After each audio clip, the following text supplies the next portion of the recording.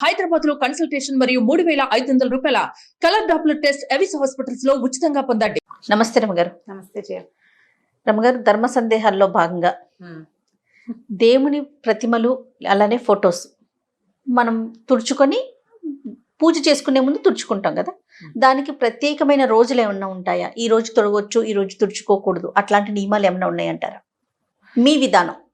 అంటే మామూలుగా మంగళవారం శుక్రవారం కాకుండా దేవతా ప్రతిమలు తుడుచుకోవటం కానీ పులికాపు పెట్టడం వాటిని తోమి పెట్టుకుంటాం, శుభ్రంగా పెట్టుకుంటాం కదా. నెలకు ఒక్కసారి చేసుకుంటే బాగుంటుంది ఎప్పుడైనా. కానీ మంగళ శుక్రవారాలు కాకుండా అమావాస్య కాకుండా చేసుకుంటే బాగుంటుంది. మామూలుగా మనం చేసుకునేది మామూలుగా ఫోటోలు అవి తుడటం అంటే ఏం చేస్తాము, మొత్తం మందిరంలో ఉన్నవన్నీ తీసి బయట పెట్టి తుడిచి మందిరం ఒకసారి శుభ్రంగా తుడిచేసుకుని వీటిని కూడా తడిబట్టి పెట్టి తుడిచి మళ్ళీ బొట్టుగా పసుపు పెట్టి గంధం పసుపు బొట్టు పెడతాం, బొట్టు పెట్టి మళ్ళీ స్థాపిస్తాం, మళ్ళీ వెనక్కి పెట్టుకుంటాం. అవును కదా, ఒక గంటన్నర పడుతుంది కదా ఈ పని అంతా. బూజులు దులుపుకోవటాలు ఇవన్నీ పడతాయి ఆ పనులు. నెలలో ఒక రోజు, నెలకు ఒక్కనాడు చేస్తే కొంచెం శుభ్రంగా కళకళలాడుతుంటే దుమ్ము పట్టిపోకుండా హారతి పొగలు, తర్వాత ఏమో ఈ అగరబత్తుల పొగలు అవి పట్టేసి బంకగా జిగురుగా అవుతుంది. నూనె కూడా అంత సరైన నూనె కాదనుకో, దీపారాధన పెడితే నూనె చూరిపోతుంటాయి, పొగ చూరిపోతుంటాయి. ప్రతి నెల వంటిల్లు బాగు చేసుకున్నట్టు, హాల్ బాగు చేసుకున్నట్టు అట్లా ప్లాన్డ్గా చేస్తాను చూడు, అట్లా దేవతార్చనని కూడా బాగు చేసుకుంటే బాగుంటుంది. మామూలుగా ప్రతిమలు అవి ఉన్నాయనుకో, కొంతమంది దగ్గర ప్రతిమలు వాళ్ళకి మనం చెప్పక్కర్లేదు. ప్రతిమలు ఉన్న ఇంట్లో ప్రతిమలు పెట్టుకునే అలవాటు ఉన్న వాళ్ళకి చక్కగా పులికాపు పెట్టడం, దాన్ని తిరుమంజనం అంటారు. తిరువంజన సేవ, తిరువంజనం చేయటం అంటే నేను తిరుమంజనం శుభ్రంగా తోమటం అనమాట. చింతపండు, కాస్త ఉప్పు లేదా పాత చింతకాయ పచ్చడి అవి వేసి, మా ఇంట్లో మా వాళ్ళైతే గడ్డి కాల్చి ఆ బూడిదవుతుంది కదా, దాంతో చింతపండు నీళ్లు అది కలిపి పులికాపు పెట్టేవాళ్ళు. పులికాపు పెట్టడం ఒక పద్ధతి.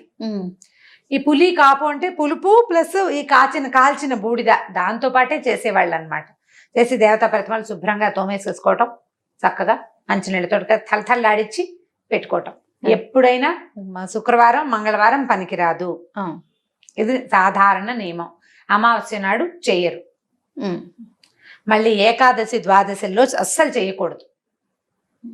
మంగళవారం శుక్రవారం కాలేదండి అంచేత ఏకాదశి అయినా చేయకూడదు. ఈ తిథి చూసి పెట్టుకోండి. ఈ పని చేయడానికి క్యాలెండరు ఏకాదశి ద్వాదశి కాకూడదు, మంగళవారం శుక్రవారం అమావాస్య ఈ 5 కాకుండా. ఈ 5 అంటే మంగళవారం శుక్రవారాలు వారంలో నెలలో 4 సార్లు వస్తాయి కదా, 4 రోజులు 8 రోజులు అవి పోతాయి. 2 ఏకాదశులు 2 ద్వాదశులు 12 రోజులు పోతాయి. 13వది అమావాస్య. ఇవి కాకుండా ఇదే కాకుండా మీ ఇంట్లో పెద్దవాళ్ళకి ఏదైనా ప్రత్యేకమైన పద్ధతి ఉంటే ఫలానా తిథిలో చేయాలన్న నియమం ఇంట్లో అమ్మమ్మలతో నాయనమ్మల దగ్గర ఉంటుంది, కనుక్కొని చేసుకోవచ్చు. ఓకే, అడిగి చేసుకోవటమే.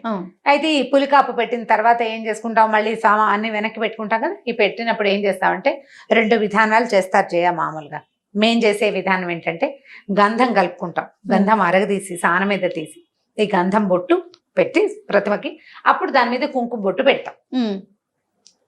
నేను ఒకరి దగ్గర చూసాను, కుంకుమలో కొద్దిగా ఆవు నెయ్యి కానీ నువ్వుల నూనె చుక్క కానీ కలిపి రంగరిస్తారు, అది పెడతారు. కుంకుమ పెట్టాలంటే నూనె చుక్క వేయాలి అందులో, అప్పుడు కుంకుమ రాలిపోకుండా ఉంటుంది. ముదురు రంగులో అలా బొట్టు చక్కగా మెరమెరలాడుతూ కనిపిస్తుంది. ఈ 2 పద్ధతులు చేస్తారు. గంధం పెట్టి బొట్టు పెట్టడం మామూలుగా మా ఇళ్లలో మేము చేసుకునే విధానం. పటాలైనా ప్రతిమలైనా కూడా గంధము పైన బొట్టు. ఈ గంధం సాంది లేవండి అంటే గంధాల డబ్బాలు కొనుక్కుంటాం కదా, అష్టగంధము అవి అంతే, కొద్దిగా కలపండి. గంధం కొంచెం కలిపి గంధపు చుక్క పెట్టడం, దాని మీద కుంకుమ అతితే చక్కగా కుంకుమ రాలిపోకుండా ఉంటుంది, చక్కగా చూడ్డానికి బాగా అతుక్కుంటుంది.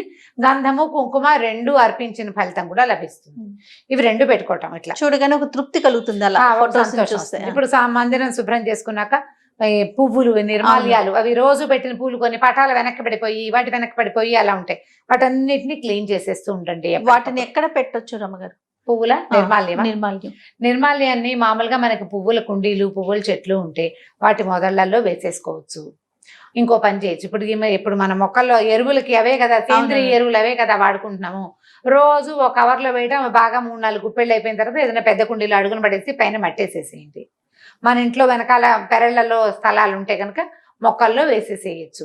నిర్మాల్యం ఇన్ని పువ్వులతో పూజ చేసామనుకో, నిర్మాల్యం డిస్పోజ్ చేయలేకపోతాం. అవును, ఈ పువ్వు నిర్మాల్యం అంటే పూజా నిర్మాల్యం ఎలా ఉంటుందంటే, ఇవాళ పూజ చేస్తే రేపొద్దున తప్పకుండా నిర్మాల్యాన్ని తొలగించాలి.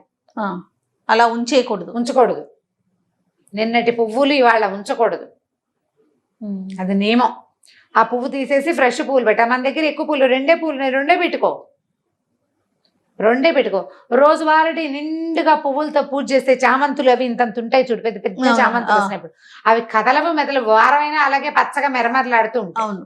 ఇప్పుడు మనం ఏం చేస్తాం, ఇవాళ పెట్టామా, ఇందాక నువ్వు అడిగిన డౌట్ చెప్తాను, ఇవి పెట్టాము, పెట్టిన తర్వాత ఈ రెండో రోజు కూడా పువ్వు అలాగే ఉంటుంది, ప్లాస్టిక్ పువ్వులే. తీయ బుద్ధి కాదు, బాగుంది కదా అనిపిస్తుంది, కానీ ఆ పద్ధతి చేయకూడదు, తీసివేయాలి. పువ్వు అందంగా ఉందా లేదా అని కాదు, నువ్వు పెట్టిన రోజు రాత్రి గడిచిందా లేదా అనేది నియమం. మీకు ఆ పువ్వులు పచ్చగా ఉన్నాయి, పారే బుద్ధి లేదు, అలా అయితే ఓ పని చేయండి, చక్కగా ఆ పువ్వులు నిర్మాల్యం తీసి ఓ చిన్న ప్లేట్లో కాసి నీళ్ళు పోసి ఆ నీళ్ళలో వేసి హాల్లో పెట్టుకోండి. ఓ 4 రోజులు పువ్వులు కళకళలాడుతూ ఉంటాయి, టేబుల్ మీద బాగానే ఉంటుంది, అవేం పాడవ్వవు కదా, ఎక్కువ రోజులు ఉంటాయి. టేబుల్ మీద పెట్టుకోవచ్చు, కింద పెడితే తొక్కుతాం, టేబుల్ మీద పెట్టుకోవడానికి దేవుడి నిర్మాల్యాన్ని అలా పెట్టచ్చు, ఏం తప్పలేదు, ఏమీ తప్పలేదు. కానీ పువ్వు బాగుందని ఉంచకూడదు. మందారాలు, గులాబీలు, చామంతులు ఇప్పుడు వచ్చేవన్నీ కూడా ప్లాస్టిక్ లాగానే ఉంటుంది, చక్కగా అలా ఉండిపోతుంది. వారం రోజులైనా ఆ పువ్వు అలాగే ఉంటుంది, చెక్కు చూడండి. నేనైతే అవి ఎక్కువ కొన్న చేయ, ఆ పువ్వులే ఎక్కువ ఉన్నాయి అనుకో, అవి 2 పూలే పెడతాను. ఏవో చిన్న శంఖ పూలు, మందారాలు వాటితో పూజ చేసుకుంటే సరిపోతుంది. రోజువారీ పూజ ఇన్ని పువ్వులతో చేస్తే అదంతా నిర్మాల్యాన్ని చెల్లించలేక దుంపదగిపోతుంది. పూజ చేసిన ఫలితం అంతా ఈ నిర్మాల్యాన్ని అలక్ష్యంగా పడేస్తే ఎక్కువ పాపం వస్తుంది. అలక్ష్యం చేయకూడదు, దాన్ని జాగ్రత్త చేయాలి, తొక్కే చోట వేయకూడదు, తొక్కకుండా ఉండే చోట పెట్టుకోవాలి. కుండీలు ఈజీ, మనకి ప్రతి కుండీలో ఎంతో కొంత ఖాళీ ఉంటుంది, కొద్దిగా మట్టి తొలగ తీసి పువ్వులు వేసేసి పైన మట్టి లాగేసినా కూడా 4 రోజుల్లో కూలిపోతుంది, మన మొక్కలకి సత్తువ అవుతుంది. తొక్కక్కర్లేకుండా సరిపోతుంది. పెద్ద మొక్కలు ఉంటే మరీ మంచిది, అందులో వేసేసేయటం అడుగున, లేదా మనకి పెరట్లో కాస్త ఖాళీ స్థలం ఉంటే ఒక చోట కాస్త గొయ్యిదే పెట్టుకొని రోజు పువ్వులు అందులో వేసేసి ఎప్పుడో ఒక రోజు అది మూసేస్తే ఒక 2-3 నెలల తర్వాత అది ఎరువైపోతుంది ఆ ప్రాంతం. అది తవ్వి ఇంకో చోట పెట్టుకోవచ్చు, లేదా ఆ ప్రాంతంలోనే కొత్త మొక్క పెడితే కింద ఉన్న ఈ సత్తువుతోటి బ్రహ్మాండంగా మొక్క వచ్చేస్తుంది, మొక్కలు బాగా వస్తాయి. ఇలా ప్లాన్ చేసుకోండి. నిర్మాల్యాన్ని మాత్రం ఉంచకూడదు. దేవతా ప్రతిమలు క్లీన్ చేసుకునే విధానం కూడా ఇదే పంధ. దాంట్లో ఇంకా వేరే అమెండ్మెంట్ సాధారణంగా అయితే ఏమీ ఉండవు. మనం జాగ్రత్త వహించవలసిన 2 ముఖ్యమైన విషయాలు ఏంటంటే, పండక్కి మామిడాకులు, పువ్వులు, తోరణాలు కడతామా, కట్టి 4 రోజులు ఎండిపోయేవి అక్కడే ఉండేలాగా చేయబోకండి. 2వ రోజు తీసేసేయండి, లేదా 3 రోజులు ఉంచాలనుకుంటే 3 అయ్యాక 4వ రోజు తీసేయండి. శుక్రవారం, మంగళవారం తీయకూడదు, మనకు సాధారణ నియమాలు ఉంటాయి, అందరి ఇళ్లలోనూ ఉంటుంది. శనివారం నాడు తీసేయండి, శనివారం తీసేస్తే సరిపోతుంది కదా జ్ఞాపకంగా. ఇప్పుడు వాకిలి గుమ్మాన్ని కట్టింది కూడా నిర్మాల్యమేనా అనేది ఒక ప్రశ్న. గుమ్మాన్ని కట్టింది నిర్మాల్యమని భావించవలసిన అవసరం లేదు, కానీ ఈ రోజుల్లో వాటిని కూడా పారేయక్కర్ల. మనం మామిడి మండలు అవి ఉంచుకుంటే ఈ పువ్వులు ఎక్కడైతే పడేసుకుంటాం, కుండీలో వేసుకుంటాం, మామిడి ఆకులను కూడా నలిపేసి అందులో పడేసేయండి. కిందది తొందరగా ఎరువు అవ్వడానికి పైన ఉన్న ఎండుటాకులు యూజ్ అవుతాయి. బంతి పువ్వులు అవి పడేస్తే లాస్ట్ ఇయర్ మాకు 3 బంతి మొక్కలు వచ్చినాయి. వాటంతా అవే మొలుచుకొచ్చేసినాయి అనమాట, మెట్ల నుంచి వానలు బాగా పడ్డాక వస్తుంది. పువ్వులు పారేయక్కర్లా, వాటిని వాడేసుకోవచ్చు. మనం ఎలాగ కూర చెక్కులతోటి మనం ఎరువు చేసుకుంటున్నాం కదా, వీటితోటి కూడా చేసుకోవచ్చు. ఒకే ప్రాంతాల్లో ఉండవు, ఇవన్నీ కుండీల్లోనే ఉంటున్నాయి కాబట్టి ఈ పని చేయొచ్చు. ఇది చేయటం, ఈ దేవతార్చనతో పాటు గుమ్మానికి పసుపు రాయటం, బొట్టు పెట్టడం, అలాంటివి అలవాట్లు ఉంటాయి. వాకిట్లో ముగ్గేసుకోవటము, ఇవన్నీ కూడా ఏంటంటే మనకి మన ఇంటిని శుభ్రంగా ఉంచుకోవటం, మనకి వాతావరణంలో ఒక పవిత్రత కల్పించటం, మన బుద్ధికి సత్ప్రవర్తన నేర్పించటం, ఇది ప్రధానం. నియమం ఉండటం, నియమాలు తప్పకుండా తెల్లారు లేవగానే వాకిలు తుడిచేయాలి, తడిపెట్టేసేయాలి, లేకపోతే నీళ్ళు కడిగేసేయాలి, ముగ్గు పెట్టాలి.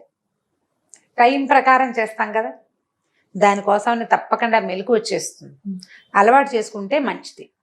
గుమ్మానికి పసుపు రాయటము, మామిడి మండలు పెట్టడం, ఇవన్నీ కూడా ఈ కరోనా రోజులు ఇప్పుడున్న నేపథ్యంలో కూడా మనకి లోపలికి జర్మ్స్ రాకుండా కుదురుతాయి. ఇప్పుడు గుమ్మానికి బొమ్మలే, మనం పువ్వులు ఏం చేసామనుకో డిజైన్, అప్పుడు ఎక్కడ రాస్తాం పసుపు? అప్పుడు పసుపు రాయలేకపోతాం. అవకాశం ఉన్న వాళ్ళు రాసుకోండి, కాస్త పసుపు రాయటము అలా చేయొచ్చు. మాకు కొంతమంది ఇదివరకు ఇప్పుడు మా ఇంటి ఎదురుకుండా ఒక రాజస్థాన్ గాదని ఉంటారు, అనంతపురం వాళ్ళు ఉండేవాళ్ళు.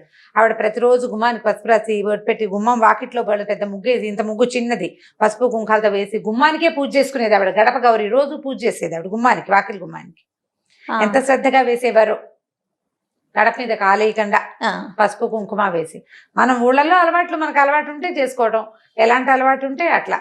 ప్రధానంగా దీనికి ఏం చేయాలి, మనం పెద్దవాళ్ళని అడగాలి. ఫాలో అవ్వాలి.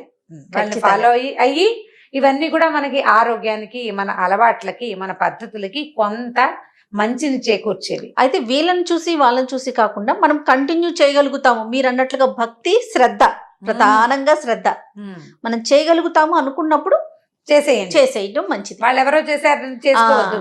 మన ఇంట్లో ఏముందో అది చేయండి. పోనీ వాళ్ళు చేశారని మీకు నచ్చింది అనుకోండి, రోజు చేసేందుకు నేర్చుకోండి. అది చేయొచ్చు. అంతే, అలవాటు అంతే. చేసేసుకుంటే బాగుంటుంది.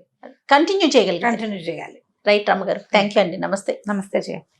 ఈ వీడియో కనుక మీకు నచ్చినట్లయితే లైక్ చేయండి, షేర్ చేయండి. మరిన్ని ఇంట్రెస్టింగ్ వీడియోస్ కోసం మా ఛానల్ని సబ్స్క్రైబ్ చేసుకోండి.